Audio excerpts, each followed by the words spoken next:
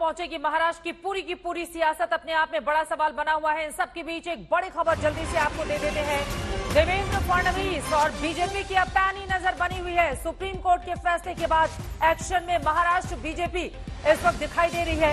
आपको बता दें, सुप्रीम कोर्ट ने जो आदेश दिया है 11 तारीख तक का वक्त दे दिया है। थोड़ी देर में महाराष्ट्र बीजेपी कोर कमेटी की बड़ी बैठक होने जा रही है। सवाल बड़ा यह है कि भारतीय जनता पार्टी जो मुख्य विपक्षी दल है, क्या वो सरकार बनाने के तहत आगे की कार्रवाई, हालांकि 11 जुलाई तक के लिए इस पर भी रोक लग गई है, यानी कि फ्लोर टेस्ट 11 जुलाई तक नहीं हो सकेगा।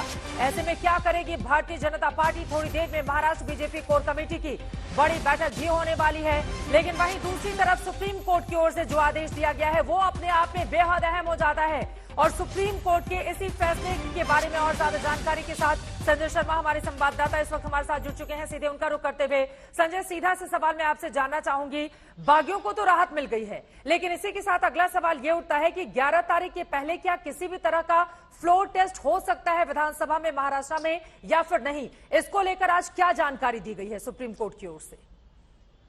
किसी भी तरह की गतिविधियों पर रोक लग गई है।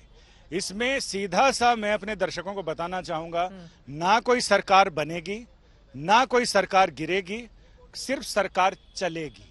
बस 11 तारीख तक यही होगा कि सरकार चलती रहेगी, लेकिन ना कोई नई सरकार बननी है, ना कोई पुरानी सरकार गिरनी है। 11 तारीख के स्टेटस को किसी भी तरह के नोटिस, किसी भी तरह की जो कार्रवाई शुरू की गई है उसके पहियों पर ब्रेक लगा हुआ है। 11 तारीख को कोर्ट के आदेश के बाद वो ब्रेक खुलता है या ब्रेक लगातार जारी रहता है, ये देखना बहुत दिलचस्प होगा। क्योंकि कोर्ट ने अपने इसमें बहुत सारी टेक्निकल चीजें हैं जिसमें कि कोर्ट जब सदन के अंदर की कार्रवाई चल रही है, सदन के अंदर की चीजें जिसे यहाँ पर चुनौती दी गई है, कोर्ट इसमें स्टे नहीं लगा सकता, कोर्ट स्टेटस को नहीं कह सकता। तो कोर्ट ने ओरल जिस समय बातचीत चल रही थी तो कोर्ट ने ये जरूर कहा कि हम ऐसा करना चाहते हैं, जिस पर या विपक्ष की तरफ से यानी प्रतिवादियों की तरफ से ऑब्जेक्शन किया गया कि नहीं, ऐसा नहीं किया जा सकता। आज तक कभी भी ऐसा नहीं हुआ इतिहास में कि कोई प्रक्रिया स्पीकर ने, डिप्टी स्पीकर ने शुरू की हो और उस पर कोर्ट ने रिव्यू किया हो। कोर्ट को रिव्यू करने का अधिकार तब होता है जब फाइनल ऑर्डर आ जाता है, लेकिन ऐसा नहीं है। लिहाजा अब ऐसे में 11 तारीख तक बस ऐसा ही चलेगा। ठीक है, जल्दी से संजय, मैं चाहूंगी कि हमारे दर्शकों की जानकारी के लिए, चूंकि काफी लंबी प्रक्रिया आज कोर्ट के भीतर चली है, तो 5 बड़ी बातें। इसी के साथ ही एक तरफ शिंदे गुट जो 14 दिन की मोहलत मांग रहा था, उसको डर था कि 16 हमारे जो विधायक है वो कहीं अयोग्य घोषित ना कर दिया जाए, जिसको लेकर आज रिपोर्ट भी दाखिल की जानी थी, उसको लेकर उनको बड़ी राहत मिली है। तो वहीं उद्धव सरकार के लिए भी इस रूप में क्या ये राहत की बात है कि फ्लोर टेस्ट नहीं हो सकता? ऐसे में आपकी जो भी मंशा हो, फिलहाल वो तो 11 तारीख तक पूरी नहीं होने वाली, कम से कम उद्धव ठाकरे इस बात को लेकर आश्वस्त हो सकते हैं। और 5 बड़ी बातें जल्दी से। आज की सुनवाई की 5 बड़ी बातों की बात करें तो इसमें जो याचिका करता है एकनाथ संभाजी शिंदे ग्रुप के लोग, उनको फौरी राहत तो मिल गई है, परमानेंट राहत तो नहीं मिली, लेकिन फौरी राहत मिल गई। दूसरी बड़ी बात यह कि विधानसभा के डिप्टी स्पीकर, उनके लिए मुश्किल जरूर पैदा हो गई है, क्योंकि कोर्ट ने उन्हें यह बताने को कहा है कि आप हलफनामा दाखिल करके ये बताइए कि आपके पास ये कब नोटिस मिला, आपने उसका किस नियम के तहत निपटारा किया, किस हैसियत से आपने उसको रद्द किया। ये तमाम चीजें आपको एक हलफनामे के जरिए बतानी पड़ेगी।